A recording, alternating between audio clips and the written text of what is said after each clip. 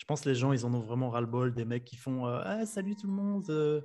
Je fais un live et je dis ouais, j'étais explosé. Et ne prenez pas de la coke, hein. J'ai fait 3 mois à l'usine pour me foutre des tartes dans la gueule où j'étais dans des frigos à moins 20 degrés et tout. J'ai fait putain, vas-y, ça m'a foutu la rage quoi. Je dirais en tout, depuis le début de la chaîne, ça m'a rapporté genre 40 000 balles, tu vois. Et ça fait genre 6 mois que je me suis vraiment mis sur YouTube quoi. Salut à tous, aujourd'hui les gars, on accueille Alex Bram de la chaîne du même nom. C'est un gars qui fait partie de la même communauté que moi, un entrepreneur qui a décidé de se lancer sur YouTube parce que mine de rien YouTube c'est très peu exploité, il y a énormément de place à se faire malgré ce qu'on peut penser justement. Et aujourd'hui on va parler justement de YouTube, comment ça se passe, comment démarrer, les petits conseils pratiques etc. Est-ce que c'est fait pour tout le monde ou est-ce que justement tu vas te péter la gueule si tu vas? C'est de ça qu'on va parler aujourd'hui. Donc salut Alex. Bah, salut mec, hein. C'est Sorin ou Sorine, je sais plus. C'est Sorine. Sorine, voilà. Parfait. Bah écoute, ça va très bien. Je suis content de faire cette petite interview avec toi. Bah, en tout cas, mec, merci d'avoir accepté, d'avoir pris le temps et bienvenue. Là, ça fait. Je sais pas combien d'entrepreneurs j'ai eu avant toi, mais on commence à être pas mal nombreux, tu vois. Donc, au fur et à mesure, on va suivre aussi ton évolution. Je compte réinviter les gens qui passent chez moi. Ouais, c'est Donc, cool, c'est une bonne idée. En plus, tu vois, merci. il y a cette logique, tu vois, où dans la commu, quand même, on aime bien partager, tu vois. Si on a eu une bonne astuce, on la garde pas pour nous, tu vois. On n'est pas dans la rétention d'informations. C'est Yes. genre, on partage des pistes qui peuvent faire gagner du pognon aux gars, les faire avancer et tout, tu vois. C'est ça qui est cool. Ah non, c'est sûr. Et comme tu le sais, entre guillemets, la bienveillance entre entrepreneurs, c'est ça au final qui fait avancer tout le monde, quoi. Donc, si les autres avancent, toi, tu avances en même temps, c'est juste gagnant-gagnant, quoi. Clairement, clairement. En plus, Donc, tu sais, ouais, il y a ce principe, désolé, hein, de continuer je là-dessus, t'en mais prie. ça c'est vraiment une des bases de ma chaîne, en fait. C'est pour ça que je dis ça. Je crois beaucoup au principe de réciprocité. Genre, tu donnes beaucoup de choses gratuitement. C'est ce que j'essaye de faire sur ma chaîne. Et les gens, ils te le rendent bien, en fait. Il y a un livre qui s'appelle Jab, Jab, Jab, Right Hook de Gary Vee, où il explique tout ça, en fait. C'est que faut pas être gêné à offrir gratuitement. Moi, je ferais une formation sur l'affiliation. Je pourrais me dire, ah, mais je vais me former des concurrents contre moi et tout. Bah, en fait, tu le files gratuitement et les gens te le rendent bien, en fait. Ouais, juste. D'ailleurs, c'est une des raisons pour lesquelles je t'invite, c'est que la plupart du temps, bah, les gens que j'invite, notamment il n'y a pas longtemps, on a eu Major. Major, c'est typiquement l'exemple du mec qui va t'offrir de l'information, mais à balle pendant 3 heures et demie. Et puis après, il va dire, bah les gars, voilà, prenez ce que je vous donne et faites du pognon, quoi. C'est le meilleur moyen de me remercier. Et au final, ce qui se passe, c'est que tout le monde va vers lui, justement pour le remercier en achetant ses programmes, en s'abonnant à sa newsletter, à le suivre de manière très active. Donc, c'est que gagnant-gagnant. Carrément, ouais, c'est comme ça que tu crées une communauté, en vérité, hein. Yes. Et entre nous, on le sait très bien qu'il n'y a pas de levier plus puissant dans un business que la transparence et la communauté. C'est le fait d'avancer ensemble, quoi. Au final, c'est ça le noyau dur de ce que moi j'essaie de créer et toi je sais ce que tu essaies de créer également sur ta chaîne YouTube, quoi. Carrément, ouais. Ah, on pourrait digresser, mais je vais te laisser la structure. C'est ouais, pas de souci. En tout cas, mec, tant que t'es là, tu peux partir sur tous les sujets que tu veux, tu peux parler comme tu veux, tu peux être vulgaire. En plus, c'est chill, une conversation entre guillemets entre potes. Bah, en plus, c'est stylé, tu vois. Bah vas-y, alors je continue sur une petite anecdote. Vas-y. Genre, tu vois, sur l'authenticité et la sincérité, c'est vrai qu'aujourd'hui, je pense que les gens, ils en ont vraiment ras-le-bol, des mecs qui font ah, salut tout le monde. Tu vois, c'est à la McFly et Carlito, tu vois, tu sens que les Ouais. mecs sont des hypocrites. Et bah, je pense que toi et moi, on a eu ce parti pris d'être transparent de fou. Moi, je monte mes chiffres en vidéo. Quand je fais des Yes. investissements de merde, je dis ouais, je me suis foiré. Quand ça marche, je suis là, ouais, je suis un monstre et tout. Il y a de ça. Et d'ailleurs, à ce propos, il y avait un pote, Axel, que je salue, je l'avais croisé à une soirée en Bulgarie, tu vois. Et il me dit, mec, j'avais entendu d'autres gens qu'il y a une soirée où tu avais pris de la coke et que tu étais défoncé, tu vois.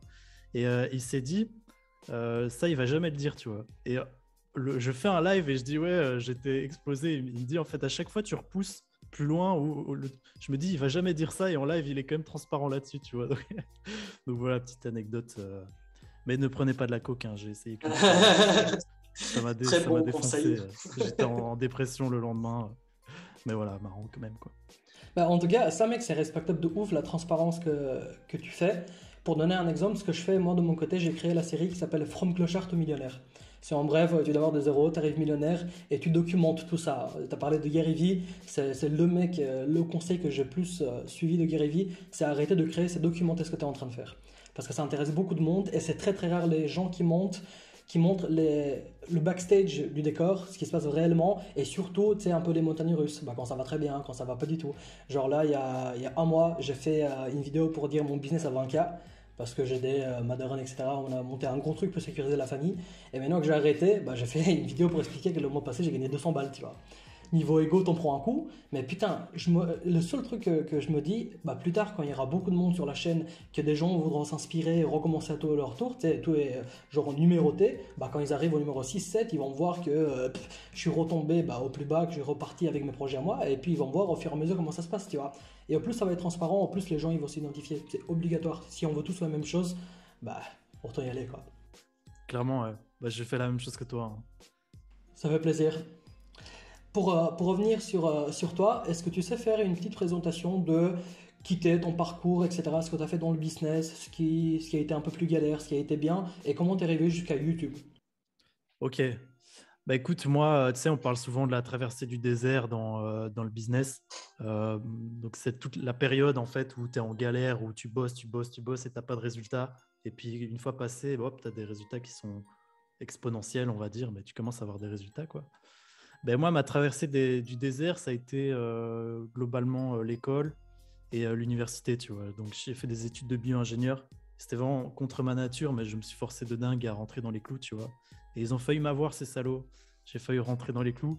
Mais juste avant de rentrer en master bio-ingé, il me restait 4 examens pour avoir mon bac.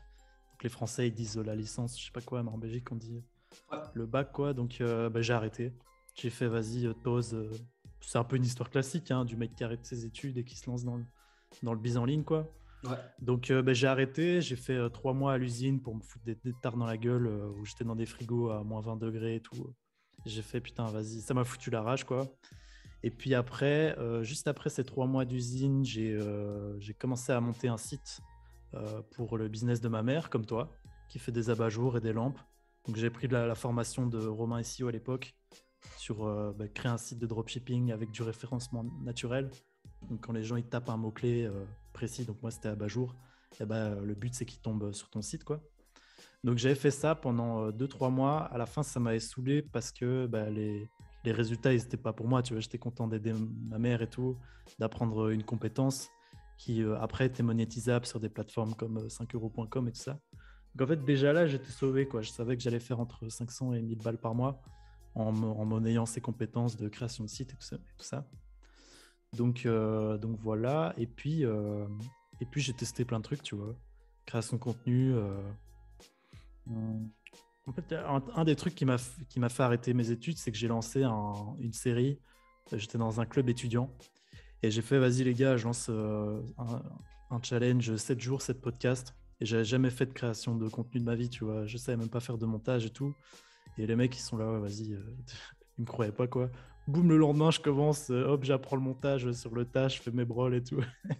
Donc, et je vois qu'il y avait des retours, en fait, sur Facebook, que j'avais beaucoup de commentaires, les mecs qui trouvaient ça cool.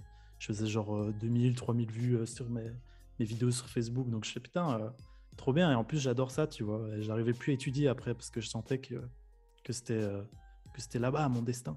Ouais. Donc, je suis arrivé sur YouTube comme ça, quoi, en gros, avec un petit challenge. Et je conseille à tout le monde de faire ça, de se lancer un petit défi, 30 jours, 30 vidéos, machin, c'est bien pour se lancer. Ça te force, en fait. Ok, top. Et avec ça, donc tu as commencé au final par YouTube avec ton challenge.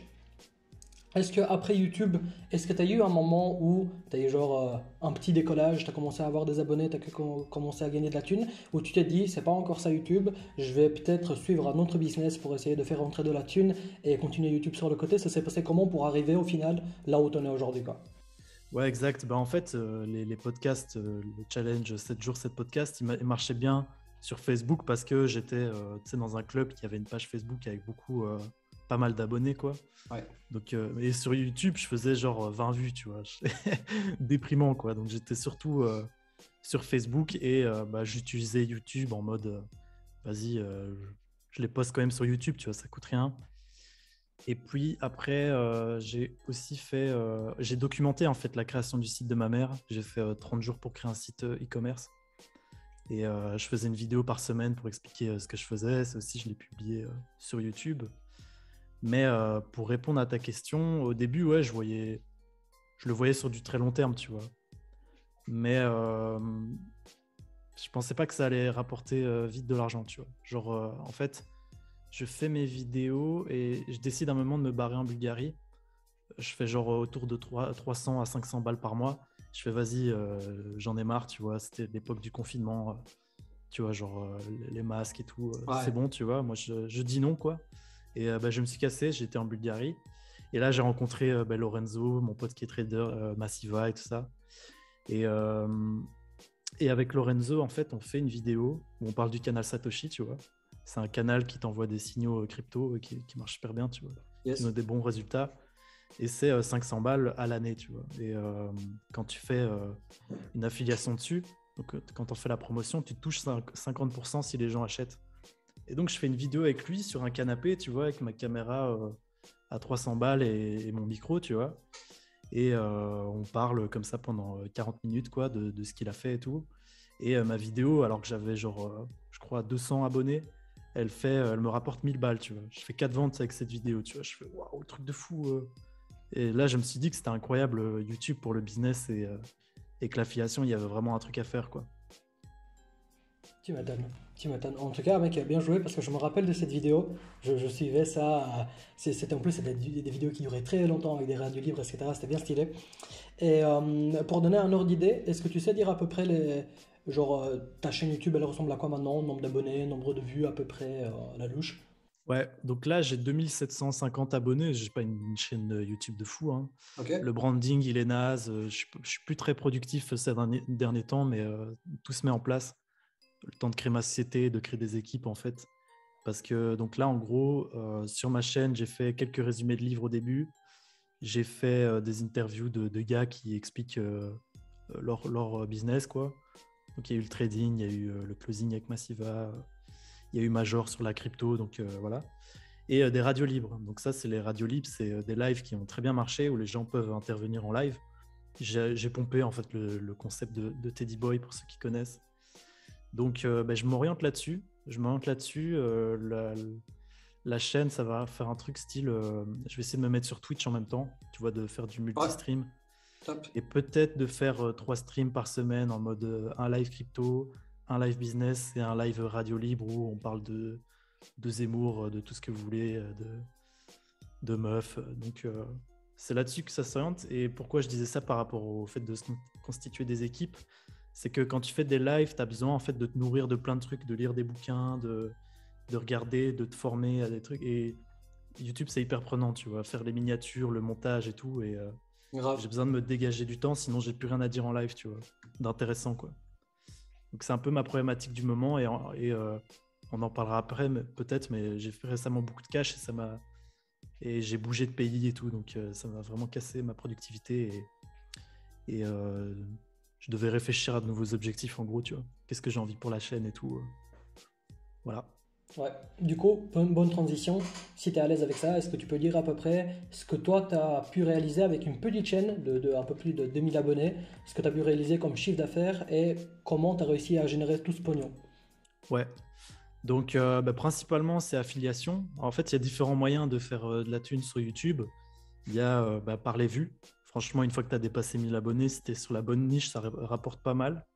Donc moi, je fais très peu de vidéos, hein. J'ai pas, mais je génère avec les vues YouTube genre 70 balles par mois, ce Ok. qui est pas mal, tu vois. Je fais pas beaucoup de vues, 5000 au max, entre 3000 et 6000, on va dire, tu vois, pour le moment.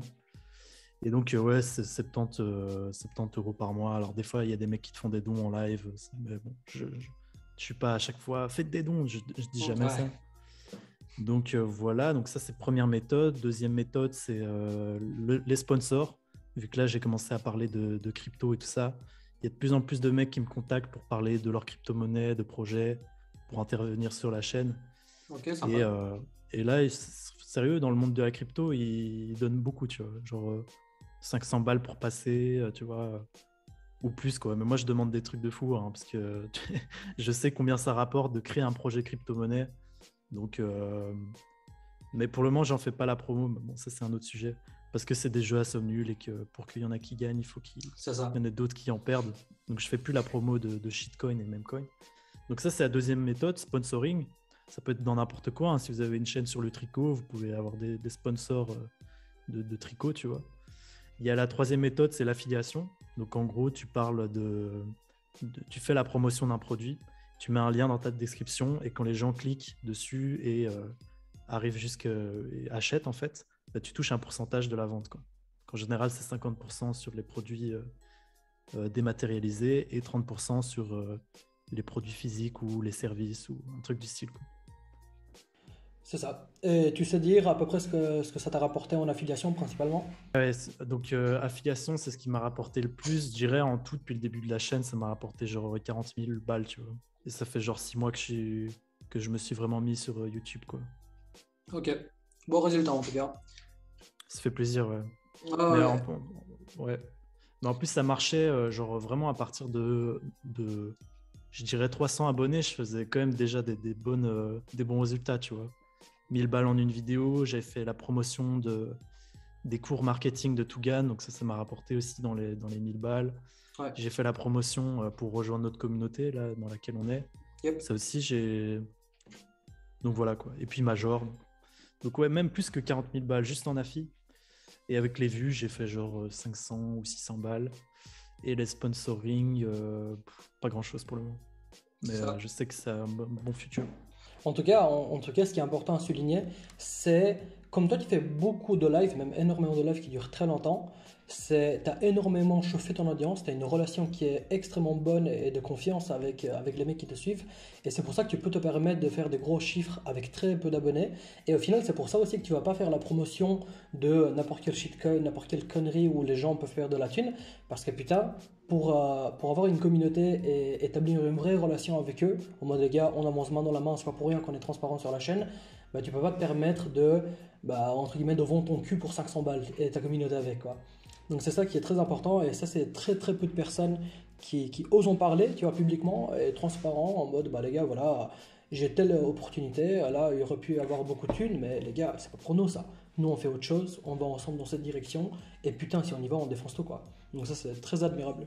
C'est sûr parce que en fait, tu sais, il faut pas prendre les gens pour des cons, hein. Tu sais, tu promeus une formation de merde, tu sais, les gens ils le savent et ils te font plus confiance par après, tu vois.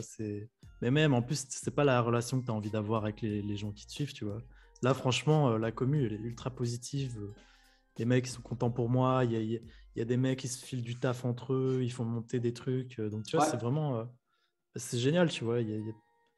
Enfin, franchement, trop bonne ambiance. J'espère que ça va rester comme ça encore longtemps. Et puis, il faut que je continue aussi à apporter de la valeur gratuitement aussi, à tester les trucs. En fait, tous les trucs que je promeus, je les teste avant.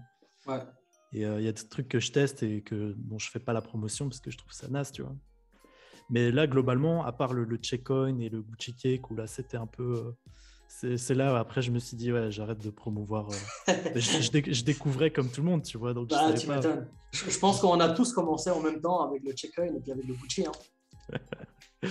Ouais, donc ça, j'ai arrêté de faire la promo. J'ai fait, vas-y, on va pas envoyer tout le monde au casse-pipe.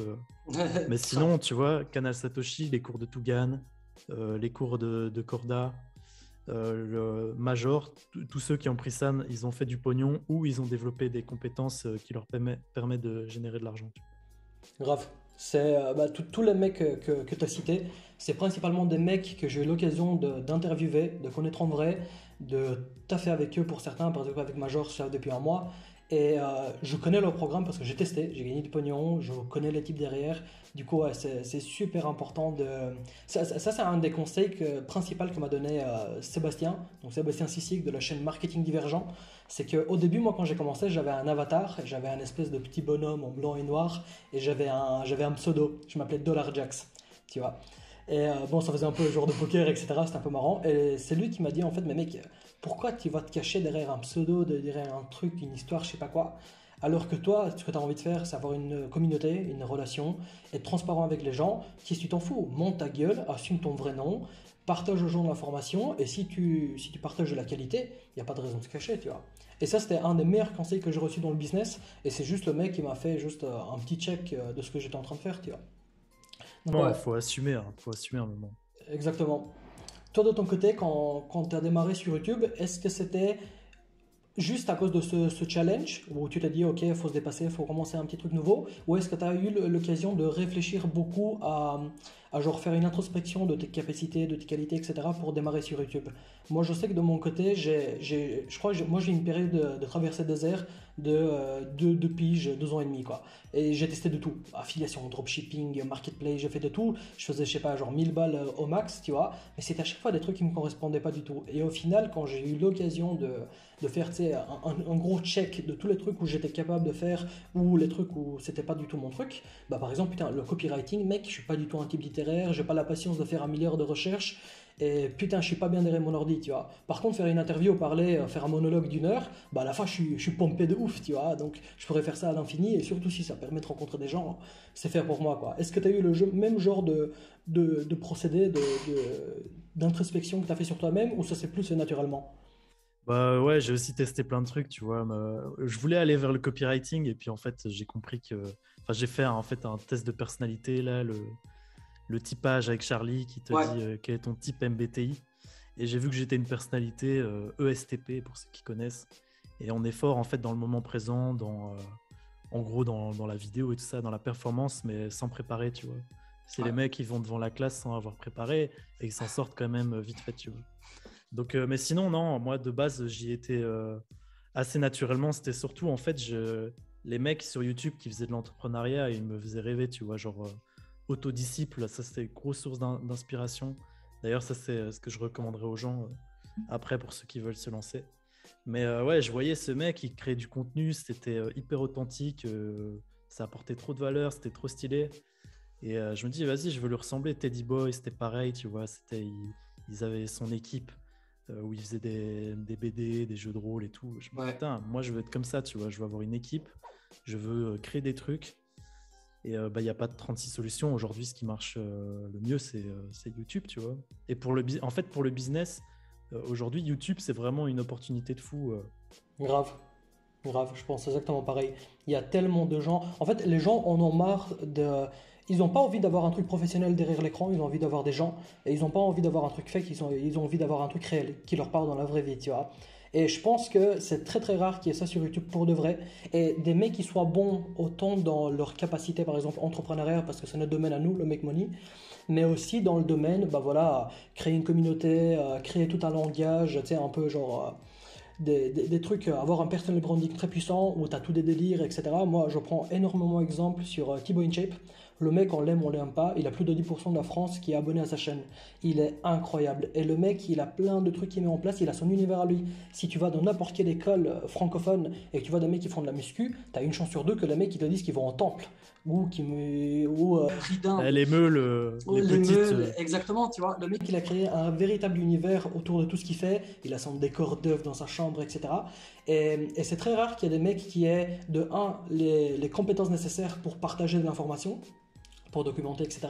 Et de deux, les qualités nécessaires et avoir pris le temps d'avoir étudié YouTube pour voir ce qui marche. Des mecs qui créent vraiment des communautés, des personnes de branding de bâtards et qui avancent, quoi. Et ça, c'est vraiment très, très, très, très rare. Ah ouais, il est trop fort. Mais d'ailleurs, tu sais, pour ceux qui sont encore dans cette logique, genre ouais, Thibaut, comment c'est qu'il a du succès, il est nul. Enfin moi, j'ai passé l'âge de critiquer les gens qui avaient du succès en termes de nombre d'abonnés, que ce soit Aya Nakamura, Ouais. PNL ou Locklear, Sardoche. Moi, c'est des streamers que je regarde. C'est qu'en Pareil, fait, quand tu atteins en fait des niveaux comme ça, c'est qu'il y a quand même un truc, tu vois. c'est C'est ça. qu'il y a une qualité derrière qui est indéniable. C'est ça, c'est ça. T'as beau prendre des gens pour des cons, si le mec il a un million d'abonnés plus que toi et beaucoup plus d'argent, c'est qu'au final il était pas si con que ça, quoi. Et il a compris des trucs que tu n'as pas compris, donc il faut Exactement. juste observer, analyser, et puis voilà quoi. Yes. En parlant de ça, c'est quoi un peu les qualités qu'il faut avoir pour toi pour se lancer sur YouTube? Pratiquement, ça s'adresse à qui? Honnêtement, moi, je suis pas un très bon créateur de contenu encore, je trouve. Je fais ce que je peux, mais je dirais que ce que j'ai, c'est que ceux qui sont pas encore lancés ont pas, et qu'il faut avoir, en tout cas au début, c'est pas avoir peur, tu vois. Genre tes 5 premières vidéos, elles sont toujours pourries, tu vois, mais il faut y aller, quoi. Faut balancer, quoi. Les lives à l'époque, j'ai commencé mes lives, mon ordi il crachait 3 fois pendant le live, je le relançais. Minimum. Mais je m'en foutais, j'étais là, vas-y, on y va, c'est quand même fun, il se passe un truc. Et je faisais des lives tous les jours pendant 2 semaines presque, tu vois. Tous les jours, tu vois. Alors qu'au début, je savais pas. Et puis ça commence à ressembler à quelque chose et t'améliores sur le tas. Mais faut y aller, quoi. Faut arrêter de faire les salopes, les gars. Voilà, je l'ai dit. Non, non, non, vraiment, c'est important. Les mecs qui sont trop perfectionnistes en mode, putain, j'attends d'avoir la bonne caméra et tout. Prends ton téléphone, on s'en fout. Ouais, j'attends d'avoir un monteur. Mec, fais ta vidéo et sors-la, quoi. C'est tout, tu fais de ton mieux et puis voilà. C'est ça. Ça, c'est un des trucs, encore une fois, de Gary Vee que j'entendais souvent. C'est les mecs, si vous avez envie de devenir des acteurs, des cinéastes, je sais pas quoi, vous pas un studio, une caméra et des micros, enfin un putain de téléphone et tu filmes, tu fermes ta gueule. Et ça, c'était le même truc de Casey Neistat, je sais pas si tu connais. C'est un vlogueur américain, c'est le plus fort de tous les vlogueurs.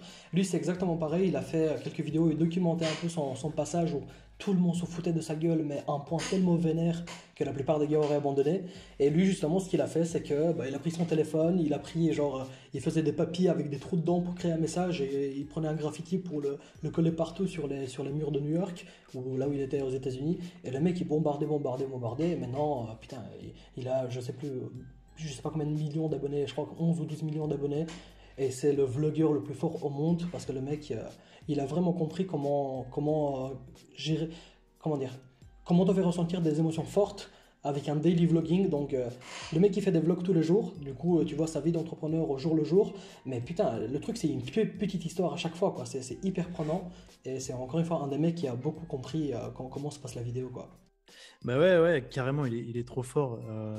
Ouais, donc le premier truc, c'est le bagou. Et le truc, autre conseil pour les qualités qu'il faut avoir pour être sur YouTube, créer du contenu, c'est Casey Neistat, en fait, ce qu'il a compris, c'est le truc le plus important, c'est le storytelling, tu vois. Et Yep. raconter une histoire. Et en fait, tu peux raconter une histoire à partir de rien.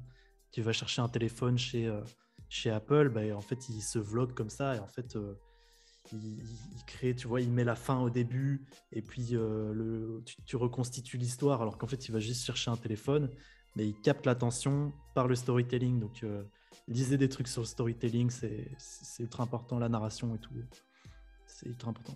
Grave, grave, grave. Ça, on pourra en parler peut-être un peu plus tard. Des trucs qu'il faut, entre guillemets, dans l'algorithme YouTube pour comprendre un peu comment ça marche le business, quoi. À partir de là, tu as parlé un peu de contenu, comment faire tes contenus à quoi. Est-ce que tu as des conseils sur les stratégies de contenu? Est-ce que toi, je sais que tu fais beaucoup de live principalement, mais est-ce que de là, tu as des stratégies de contenu en mode, bah voilà, je vais faire du référencement YouTube, parce que ça, il y a un boulevard qu'on a sur YouTube, parce que personne fait du référencement pour de vrai, tout le monde est câblé sur le SEO, mais sur YouTube, il y a un boulevard qui s'est créé. Est-ce que, au contraire, tu es plus sur la stratégie que tu es en train de développer maintenant, les shorts, les vidéos très courtes, avec un montage très dynamique, etc. C'est quoi un peu tes conseils sur le contenu? Bah, déjà, c'est quoi la différence entre référencement et SEO? Je suis peut-être pas à la page, moi. C'est le SEO, moi quand je dis SEO, je parle de référencement Google. C'est le truc où tu as, un blog, tu fais des articles de blog, tu ranks sur des mots-clés Google.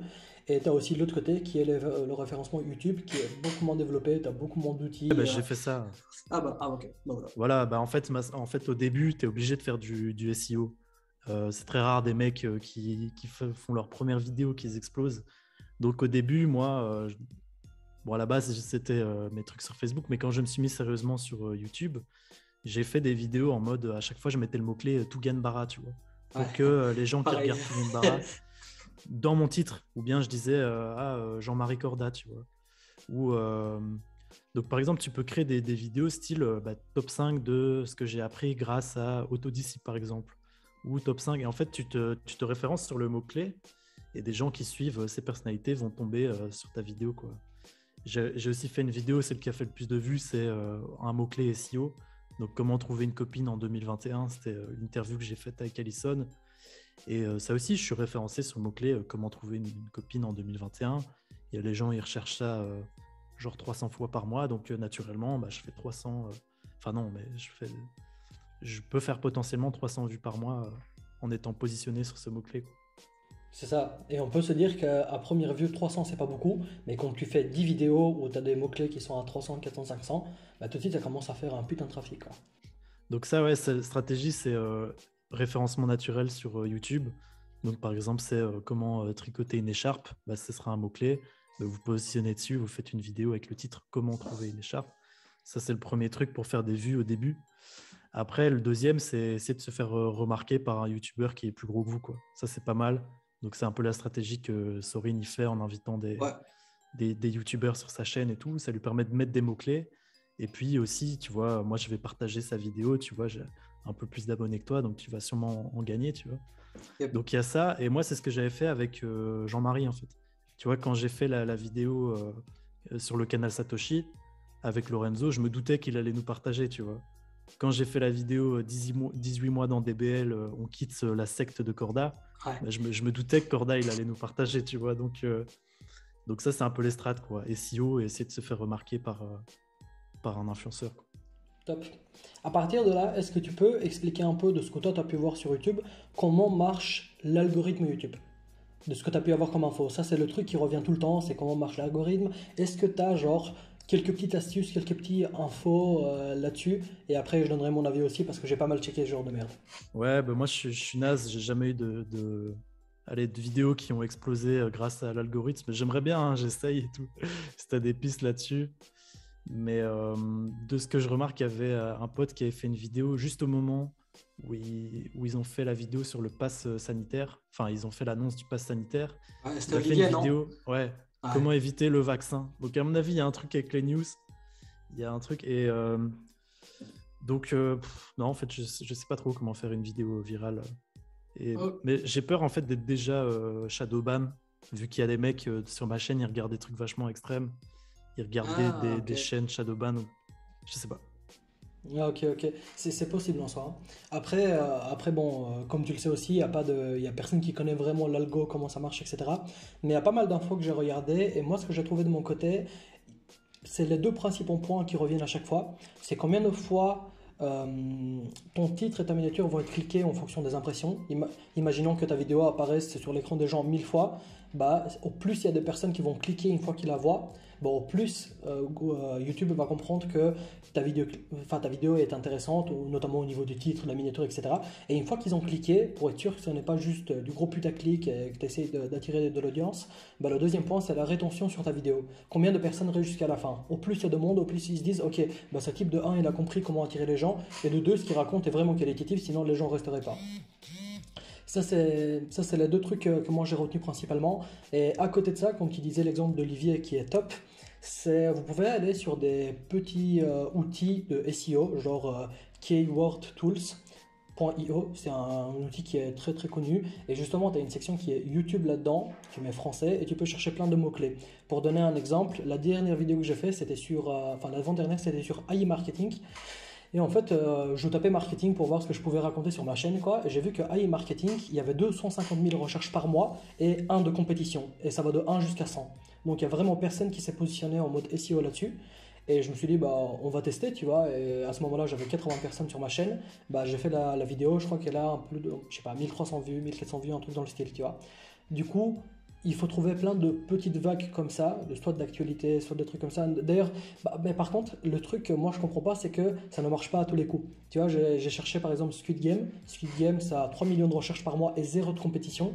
J'ai fait une vidéo dessus, je crois que j'ai 100 impressions, même pas de vues, tu vois, c'est juste des impressions. Et du coup, tu dis, putain mec, vous vous foutez de ma gueule, il y a un truc là, tu vois, c'est pas possible.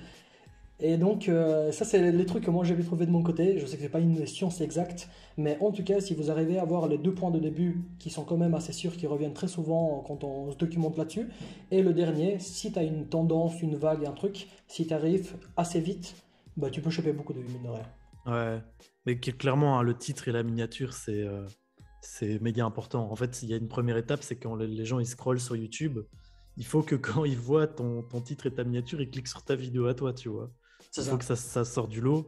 Et puis après, bah, la rétention, pour que les gens ils restent sur ta vidéo le plus longtemps possible, bah, il faut le storytelling, tu vois, une bonne histoire, Ouais. vraiment de la valeur, et effacer tout l'inutile, pas raconter sa vie pour que les gens ils restent accrochés au truc.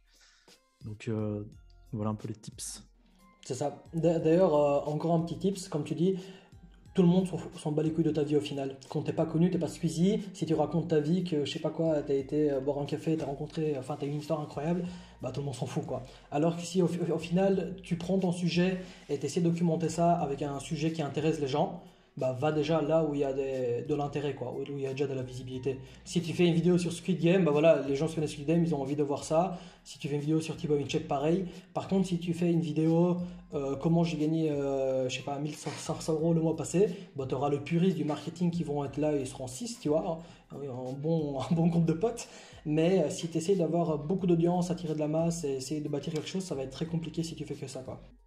Carrément, ouais, les gens, ils en ont rien à foutre de vous, hein. Ça, c'est quand même une règle de base au début. Il faut être Yes. prêt. Et quand tu crées ton titre, il faut que ça parle aux gens, tu vois. Quand je fais une vidéo, c'est comment trouver une copine, tu vois. C'est pas comment j'ai trouvé ma copine, tu Ouais, vois. c'est C'est ça, comment ouais. toi, tu peux trouver une copine. Bon, bah, les gens, ça les intéresse plus, hein. Tout le monde est obsédé par sa propre rondelle, hein, ils s'en foutent, hein. Exactement. C'est naturel. C'est ça. Top. Bon, on a fait un bon tour sur YouTube. Maintenant, même si tu as dit que tu n'étais pas très régulier, etc., que tu avais encore pas mal de trucs à améliorer, est-ce que tu as une petite routine, pour YouTube? Genre au niveau des lives, des vidéos, de ton planning. Est-ce que tu as une routine à suivre dans ton business YouTube au final?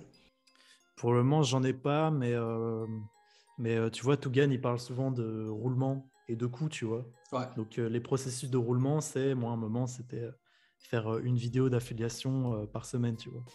ouais. Donc, donc ça, c'est en fait, votre business, il doit reposer sur des roulements, tu vois, des processus qui sont répétables et tout ça, et pas compter sur la chance où une fois vous êtes partagé par un YouTuber et puis c'est un coup de bol et tout. Non. Bon, moi, j'avais mes processus de roulement, et puis à un moment, bah, j'ai rencontré Major, le check-in est arrivé, ma chaîne a fait comme ça, puis maintenant, bah, je restagne et il faut que je reprenne des processus de roulement, quoi. Vidéo affiliation, interview, live régulier. Et bah, c'est ça mon plan, quoi. Ce sera ça ma routine, ouais. C'est ça, top. Ça, c'est un top conseil, un roulement plus coût. C'est un truc qui s'applique à YouTube, à un business, à n'importe quoi. Et c'est, si tu suis ce truc, c'est le seul truc qui va te sécuriser, tu auras un matelas de sécurité. Je donne l'exemple du business que j'ai géré pour Madaron. Le truc, c'est que la plupart du temps, elle avait des abonnés sur Facebook, mais elle ne savait pas les monétiser. Et le truc, c'est que si elle voulait faire de l'argent, il fallait pousser tout le temps, sortir un nouveau produit, envoyer un milliard de mails, etc., répondre à des commentaires. Au final, tu passes plus ton temps à essayer que les gens achètent à maintenir un truc, quoi. Et ce qui se passe, c'est qu'une fois que, notamment, comment tu fais pour avoir un vrai roulement, je ne sais pas si toi tu fais ça sur YouTube, mais choper les leads des personnes qui viennent regarder vos vidéos. Une fois que, par exemple, imaginons que tu fais un business, soit YouTube, soit publicité ou peu importe, bah, pour que les gens entendent ton message à nouveau, bah, il faut soit te refaire une vidéo avec tous les trucs qu'on a dit, miniature, titre, travailler, storytelling, donc c'est un putain de taf, soit de faire de la publicité, donc payer un revenu, enfin un budget publicitaire de taré pour retoucher la même audience que tu as eu de base. Du coup, si tu dois faire ce travail à chaque fois, ça va coûter énormément cher en argent, soit en temps et en énergie. Et ça, putain, ça n'a pas de prix, quoi. Par contre, si tu arrives à avoir le lead c'est le moyen de contacter une personne. Typiquement, l'adresse mail, c'est le plus classique, quoi. Si tu arrives à avoir le lead de la personne, bah putain, c'est hyper simple. Tu envoies un mail, tu as des outils qui sont faits pour ça, tu peux envoyer à toutes les personnes qui sont abonnées chez toi. Tu envoies un email, tu lui dis ce que tu as à dire, tu l'invites à prendre la solution, un ebook gratuit, une vidéo, peu importe, un programme payant. Et à partir de là, c'est avec ça que tu vas avoir un vrai roulement où tu vas dire ok, bah, chaque semaine, je ne vais pas spammer les gens, je vais leur envoyer 2 mails par semaine ou 3 mails par semaine, où tu leur apportes de la valeur, tu leur rappelles ce qu'ils ont besoin de faire, et pour les intéresser, bah, qu'ils prennent le produit qui est payant, quoi. Et c'est de cette manière que, bah, je donne l'exemple qu'il y a chez moi, avec 10 000 personnes qui suivent sa page Facebook, bah, il y a un roulement de 2500 balles par mois. C'est-à-dire que sans rien faire, juste avec les emails automatisés, il y a 2500 balles qui tombent tous les mois. Et pour moi, les coûts, c'est... Ouais, merci. Pour moi, les coûts, c'est le moment où tu vas sortir un nouveau programme, où automatiquement, quand il y a un nouveau programme, une nouvelle solution qui va les aider, bah à ce moment-là, automatiquement, ton chiffre d'affaires il va remonter, puis le roulement il sera de 2500, etc. Donc ça, c'est très très bon conseil aussi. Clairement, ouais. Ouais, récupérer les mails, moi je le fais pas encore, mais c'est une catastrophe. Il faut que. Ah mais Et carrément. comment récupérer un email? C'est un échange, hein. Il faut offrir quelque chose. Donc, moi je pense, bah, j'ai plusieurs idées. Ça s'appelle un lead magnet, donc Ouais. un aimant à email, on va dire, si on traduit quoi. Ce sera genre bah, comment créer des shorts de A à Z, tu vois, le montage sur DaVinci. Ce sera sûrement des résumés de livres exclusifs aux mecs qui s'abonnent. Ce sera peut-être des formations affiliation gratos dans un premier temps où les gens me filent leur email en échange. Donc ouais, clairement, ça, c'est des trucs que je dois faire. Un truc pour toi qui pourrait être pas mal, comme tu fais beaucoup de live et très long, c'est que tu as des parties radio libre et tu as quand même des parties qui sont très business ou investissement crypto. C'est que pour les gens qui sont en live, tu peux laisser en live et à partir de là, tu le mets en privé et tu dis à tous les autres, bah voilà les gars, moi je fais X live par semaine et il y en a un qui est réservé à ceux qui font partie de ma communauté, ceux qui sont vraiment en contact avec moi. Donc si vous voulez les avoir, vous mettez votre email et je vous donne accès. Tu fais genre... en fait, le top, ça c'est un hack SEO que j'ai découvert. Si tu as un site avec un blog qui fait du référencement, si tu as des pages qui sont cachées en mode privé que personne ne peut avoir sauf s'ils ont le lien, bah Google va quand même compter que sur ton site, il y a des gens qui viennent et qui restent très longtemps parce que toi tu fais des lives très très longs. Donc Google va se dire que c'est de la putain de frappe de qualité et va automatiquement référencer tes autres articles d'une meilleure manière, quoi. Excellent, mais alors du coup tu dois avoir un système de vidéos dédié sur ton site, non? Pas du tout, tu fais juste une page web et dedans, par exemple, si tu as un site WordPress traditionnel, tu peux mettre un espace où tu mets ta vidéo et ta vidéo, tu mets juste le lien YouTube qui est en mode privé. Comme ça, tu héberges toutes tes vidéos sur YouTube, comme ça, tu as un espace d'hébergement gratos. Et puis après, avec ton WordPress que tu payes 6 balles par an, bah, tu importes tout et en même temps, tu fais grimper ton SEO, quoi. Ok, ouais, j'avoue, c'est trop stylé. Ça, c'est des petits trucs à retenir, ça j'y travaille pas mal, ouais. À partir de là, est-ce que tu as des livres à conseiller, des chaînes YouTube ou des podcasts? Alors, je vais commencer par les podcasts audio que j'ai beaucoup écoutés. Donc, moi, je vous ai dit, Autodisciple, je trouve trop fort. Donc, il a fait une série de vidéos sur YouTube, ça s'appelle Radio Sauvage, le nom de sa chaîne YouTube, Ok. qui n'est pas trop connu. Il a fait une série de vidéos, tout ce que je sais sur la narration, une première vidéo, tout ce que je sais sur la vidéo, tout ce que je sais sur la voix et l'impro devant la caméra. Et ça, c'est vraiment des trucs que j'ai séchés et qui m'ont permis en fait de pas faire des vidéos trop nazes pour mes premières vidéos, quoi, parce que j'ai suivi ses conseils et ça marche vraiment bien, quoi. Hop. Donc voilà. Sinon, au niveau des livres, en général ou bien spécifiquement pour YouTube et tout? Non, généralement, des trucs qui t'inspirent soit dans ta vie personnelle, ton évolution à toi, ou quelque chose que tu as trouvé intéressant, business, investissement, ce que tu veux. Ok, bah écoute, moi il y a quand même ce qui m'a marqué, c'est Dale Carnegie, comment se faire des amis et les influencer. Ça Yes. vous apprend une technique de communication où vous arrêtez d'entrer en conflit avec les gens parce que ça sert à rien, ça blesse les égos, vous faites des ennemis et tout ça. Et bah, quand les gens passent en live et que je suis pas d'accord avec eux, ça me permet de fluidifier les échanges, tu vois, que ce soit des discussions et pas des débats, tu vois. Où en fait on se concentre sur ce en quoi on est d'accord et pas ce sur quoi on est en opposition, quoi. Donc, mais ça c'est bien, ça change vos rapports à tout le monde. Vous arrêtez de vous disputer avec vos parents sur des trucs à la con. Carrément. Avec les meufs, ça marche mieux. Donc ça c'est vraiment un bon livre que je recommande à tout le monde. Et d'ailleurs c'est ce que les politiciens ils utilisent tous, hein. Ils utilisent tous ces techniques de comment se faire des amis de Dale Carnegie, sauf que personne donne la référence, quoi. Donc il y a ça. Sinon il y a en roman il y a Sizia Zike qui m'a inspiré par sa témérité. Tu vois, c'est un truc qui vous donne envie d'avoir du bagou, tu vois, d'y aller, quoi. Ok. Ça s'appelle comment le livre? Sizia Zike, Oro. Ok. Donc c'est un mec qui part au Costa Rica, il va mettre des gens en esclavage pour exploiter une mine d'or, tu vois. Et en fait, enfin en esclavage, mais en fait les mecs sont trop contents de le suivre parce qu'il a un charisme de fou. Ok. Mais c'est vraiment l'aventure, quoi. Ça vous donne envie de prendre des risques, quoi. Il y a ça. Et sinon, bah, les livres de business, la Bible du marketing underground pour le business en ligne, pour moi, ça me paraît Top. une base aujourd'hui, une référence essentielle aujourd'hui. Top, top. Est-ce que tu as aussi un petit podcast que tu aimes bien suivre ou pas du tout? J'écoutais beaucoup de podcasts avant. Bah, les radios libres de Teddy Boy, il y a ça. C'est sur YouTube, mais ça s'écoute en audio. Sinon, Marketing Mania, j'écoute. Yes. Joey Rogan, c'est sympa. Et puis vraiment, Radio Sauvage, hein, tous les podcasts de Raj Autodisciple. Moi, j'aime beaucoup, quoi. Ça m'a appris beaucoup de trucs. Top. Bon, en tout cas, mec, merci pour ton partage. On va clore l'interview ici. Pour tous ceux qui ont regardé jusqu'au bout, bah déjà merci d'être resté jusqu'à là. Je vais mettre dans la description de la vidéo tous les liens pour rejoindre Alex. Donc je vais mettre sa chaîne YouTube et son groupe Telegram si ça va pour toi. Excellent, tout me va, les gars. Cliquez, abonnez-vous. Il y a une évolution, hein. Il y a quelques mois, je faisais 300 balles. Je suis arrivé avec 300 balles en Bulgarie. J'ai fait un mois à 30 000 balles. Donc ça, c'est une évolution, les gars. Il faut se rappeler d'où je viens. Donc on Carrément. verra juste que je vais aller. C'est intéressant. Je pense que j'aurais aimé suivre un gars de la commu comme ça.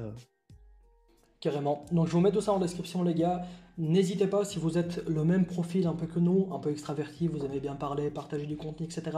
N'ayez pas peur, prenez vos couilles en main et attaquez une vidéo, peu importe ce que c'est, faites-en une parce que c'est ça le plus dur, c'est démarrer le bordel. Après vous prenez goût et même si ça fait que 20 vues au début, bah, petit à petit ça monte quoi au final. Donc n'hésitez pas. Alex, un petit mot de la fin? Bah exactement, hein, vos 5 premières vidéos ou créations, peu importe ce que vous faites, ce sera toujours de la merde. Mais c'est pas grave, tu vois, c'est l'action, les gars. L'homme, c'est l'action. Voilà. Ouais, exactement. Ben non, je te remercie, c'était agréable de discuter avec toi. Je pense qu'on a Bah, partagé des bons trucs. en tout cas, merci encore à toi d'être passé.